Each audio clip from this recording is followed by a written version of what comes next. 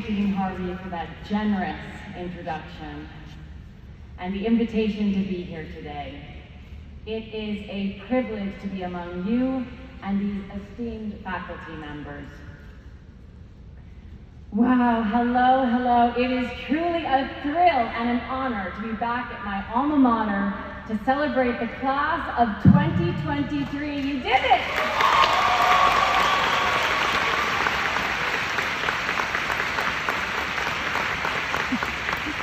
As someone who once sat where you're sitting, I know firsthand how hard you have worked to get here.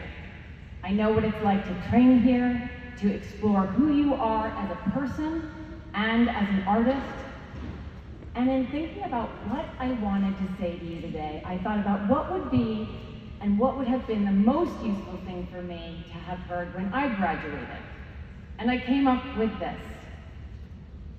If you buy a couch, make sure it fits through your door.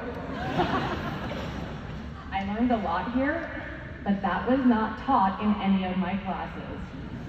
Okay, let me explain. So after I left BU, I moved back to New York. I had zero money, and I spent my last few dollars on this beautiful, giant, rose-covered couch. But when it arrived at my apartment, it couldn't fit through the door. I didn't think to measure it. I mean, it never even occurred to me that that might be a problem. And if my graduation speaker had offered this very practical piece of advice, I would have avoided a huge headache, and I wouldn't have had to pay to repair the damage I did to the door frame in order to get that couch inside. This is probably not the message that you were expecting or hoping for today. It never comes up when I talk to young alumni. In fact, the question I'm most often asked is, Kim, how did you do it? How did you go from a BU College of Fine Arts graduate to a working artist? And really meaning, how do I do that too? So I will share some thoughts on that as you transition from BU students to BU alumni. But I'll be honest, none will be as guaranteed to have positive results as measure furniture before you buy it, and its corollary, don't use a sledgehammer to increase the height of your apartment door frame. Here's the thing. Some careers, they have very clear paths. You go to medical school, you do your residency, you become a doctor. You go to law school, join a firm, work your way up to partner. But as artists, we have chosen a profession for which there is no roadmap. Whether you're a musician, a painter, a playwright, a dancer, a costume designer, an actor, any of the things that you came to CFA to be, there is no manual. If there was, there'd be a lot more working artists. Pursuing a career in the arts means finding your own way. It means a lot of hard work, and while some of you may achieve instant success, if you're anything like me, it will mean hearing a lot of no's before you get to that yes. And like that couch, there will be a lot of doors that you won't be able to get into on your first try. For me, those no's, well, they started here. I was never the person that got all the leads in the play.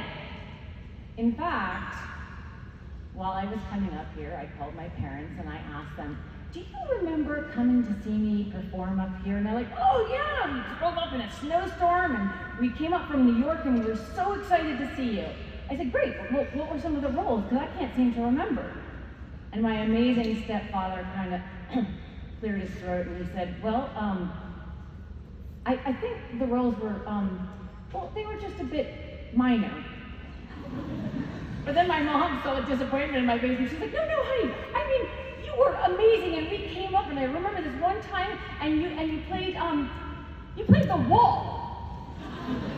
I said, the wall? She goes, yes, the wall, in A Midsummer Night's Dream. I mean, hats off to the parents who drove all the way up from New York in a snowstorm to see her daughter play the wall.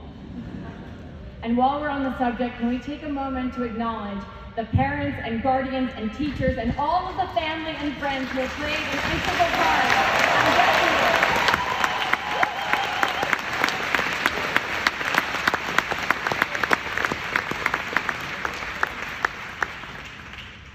They were your earliest fans, your biggest cheerleaders, and many of them have made personal sacrifices to give you the gift of this education. It was with unwavering support of my family that I forged ahead in my minor roles, playing them to the best of my ability and learning from those experiences. And then in my senior year, I was cast in a lead, Viola in 12th Night. And I seized that opportunity and I poured everything into it that I'd learned in the 3 years of playing the smaller parts, and it was worth the wait, because that performance landed me an agent at William Morris. And just when I had reached the point where I was playing the lead at the Huntington Theater, and I had an agent, and I was feeling like I had found my place in the BU community, I graduated into a world full of no's. The first big no was from Win Hanman.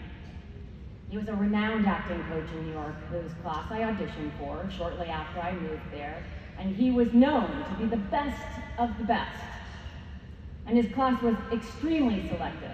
I mean, he had coached Dustin Hoffman and Richard Gere and Sam Shepard, but when I didn't get in, I was nevertheless disappointed. I mean, how was I even gonna book a job if I couldn't even get into a class? So I was depressed and I felt very rejected, and I headed over to my new manager's office and I stepped onto the elevator and I pushed the button and I looked to my right, and who was standing next to me but Win Hanman. I looked, he pressed 10, I looked up, I thought, okay, I have 10 floors to convince him to let me into his class. I launched into my pitch about why I should be in his class. He walked off the elevator, he turned around, and he said, no. No. But you could audit the class. Audit? Honestly, I thought I was ready. I mean, I was trying to get into a class, not a Broadway play. But I showed up the next Monday, like he said, and I kept showing up and watching and learning until eventually I got in. A no to a yes. Could I have found another coach that would have taken me immediately? Maybe. Could I have gotten in later without taking the time to audit? Maybe. But in my experience, there have been very few times where taking a shortcut in this business and in life, and quite often they're not worth taking. I've also found that getting to the yes doesn't mean that the no's stop. As an artist's career is filled with starts and stops and ups and downs and yeses and no's, and I had had so many ups and downs that when I finally got a big yes and joined the cast of Grey's Anatomy as Dr. Teddy Altman, I played Teddy for 6 seasons and I thought I had finally made it into the world of yes, until one day I decided I wanted to direct an episode. I co-directed a movie with my husband and loved it. Several great actors had directed episodes and they had good experiences, so I thought I want to try. So for anyone who is thinking, I mean, Kim, how hard could it be to get a directing job on a show that you have been on for more than a decade? Let me tell you how the process works on Grey's. We have a producing director who hires all of the episode directors. Debbie Allen. Yes, award-winning dancer, choreographer, actor, singer, director who President Obama called a national treasure, Debbie Allen. Well, Debbie doesn't just hand you an episode, she makes you shadow a director to prove that you can do the job. It's like taking a final exam. So I ran to a castmate, Chandra Wilson, who's directed many episodes, and I asked her if I could shadow her. Well, when Debbie heard this, that I'd asked Chandra, she came to me and explained that I needed to ask her, because she makes the assignments. So I asked, Debbie, can I direct an episode? And she said, no, All the slots were filled for the season. Okay, well, I had been accustomed to no's, and I like a challenge, and I really wanted to direct. So, the next season, I asked early. I said, Debbie, can I direct? Can I shadow? Well, when I say that I shadowed, she said yes. I went everywhere that Debbie did. I would squeeze myself between cameras and squish up against walls so that I could observe everything that she did without getting in her way. She is a notoriously hard worker and usually gets to set well before anyone else because she likes to prepare. Well, I was not going to let her get there first, so if she said she was getting there at 6:30, I would get there at 6. If she said she was getting there at 6, I would get there at 5:30. This wasn't some weird competition that I devised to beat Debbie to work. This was about a very experienced director giving me a huge opportunity to learn from her. And I was not going to take a minute of that for granted. And I watched, and I learned, and this season, when I saw on the production calendar Kim Raver directing episode 1911, I knew it was there because I had earned it and because I was ready. Now, some of you may question the validity of letting other people determine if and when you're ready. That's a fair point, but fair or not, you'll probably encounter this at some point during your career. It's part of the business of being an artist, and it may feel disappointing or annoying at times. However, like many other business aspects of being an artist, you will not be able to control it. But what you can do is go back to the work. You've spent 4 years earning your degree and honing your craft. No one can ever take that away from you. And because of your training here, because of the foundation that you have built here, because of the tools that this education has given you, you can always go back to the work. You work your craft, you make yourself more ready, and so often you'll find that in the long run, it's both more satisfying and more enduring to be undeniably ready than to be right now. Of course, there will be times when you want right now. You'll have stories that you want to tell right now. You'll have art that you want to make right now. You will have bills to pay right now.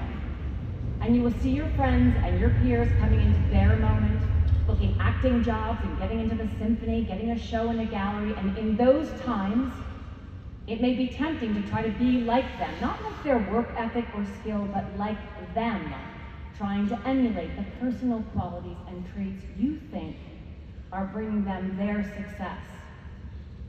The challenge with that is, when we change who we are in order to be what we think other people want us to be, by definition, we give up a piece of ourselves. When we attempt to create what we think other people want instead of what we have to offer, we give up what makes us unique. What Grey's Anatomy creator Shonda Rhimes calls the secret sauce, the hum. Staying true to yourself and your art takes an enormous amount of faith and trust in your inner voice. It may mean having the patience to forego being right now in order to be right for you.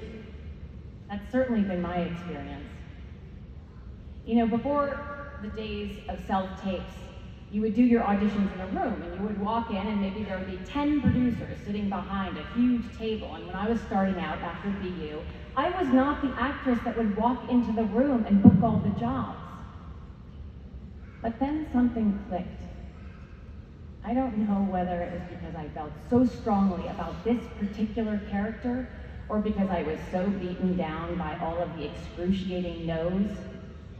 But I went into this audition and I didn't do what I thought that they wanted.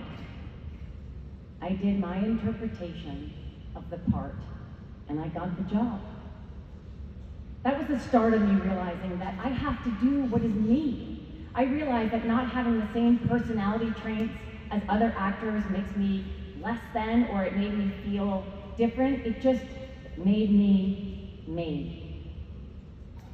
I was second guessing what the producers wanted instead of giving them my vision, my artistry.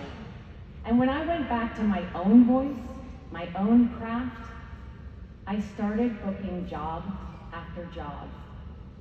It turns out, no one can be the better version of you than you. Okay, so but just to be clear, being yourself does not simply mean showing up and saying, hey, here I am, take me or leave me. It takes work to find and cultivate that inner voice. And you've started that here. Grey's Anatomy showrunner and CFA alum Krista Vernoff recently said, an arts education teaches you to think deeply and to get to know yourself profoundly. Your time here has helped spark that light within you. And how is up to you, how you tend to it and you keep it alive. And also to be clear, being yourself, it doesn't mean that you resist opportunities to stretch and to grow. While I was in the acting program here, I took a painting class from an incredible teacher who was constantly pushing me to use bigger brushes and bolder strokes. He wanted me to make bigger and bolder choices. And when I could see that on the canvas, how it enhanced my paintings, I began to try that in my acting. It improved both the outcome and the experience. And so, for someone whose natural tendency is to play it safe, this was a really important lesson, and I try regularly to remind myself of it. David Bowie once said, complacency is the death of creativity. And if we're ever tempted to forget, the business of being an artist is right there to remind us. All of those no's are part of what keeps us from being complacent. When my kids were younger, my husband and I made this tough decision to uproot our kids and move our dog, our kids, and everything to London, so that I could reprise my role as national security expert / Jack Bauer's girlfriend, Audrey, on the 24 reboot. We were loving it there. And 5 episodes into filming, one day, I walked past the prop department studio. I was on my way to hair and makeup, and I noticed that they were building a prop coffin. Now, a lot of characters died on 24, but most ended up in a ditch, or trunk of a car, or something other than a coffin. So for days, all of the actors were buzzing in speculation. Who was going to end up in that prop box? Cut to the table read, where we're reading page by page until we learn, spoiler alert, the coffin was for Audrey. I packed up my family and the dog, and back we came home. For the vast majority of artists, jobs are going to come and go. That's the nature of our work. And for any Grey's Anatomy fans who saw Thursday night's finale, stay tuned. Okay, let's review. You've just spent 4 years studying and sharpening your craft. You've passed countless exams and projects to get to this day. And now your convocation speaker is telling you that the reward for all of this hard work is a lifetime of hard work, soul-crushing rejection, and 0 job security.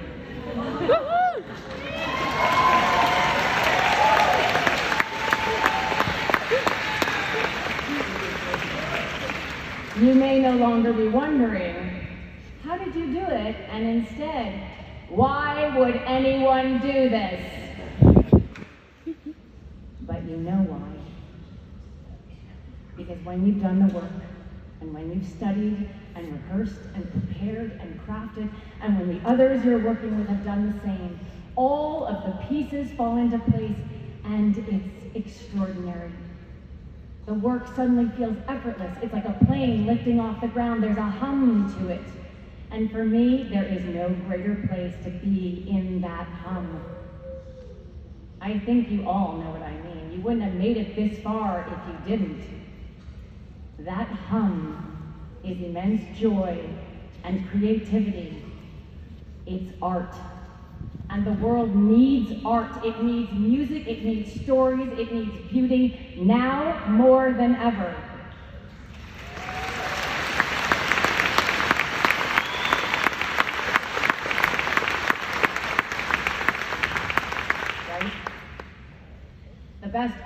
brings us together by creating a common narrative of what it means to be human in our moment in history.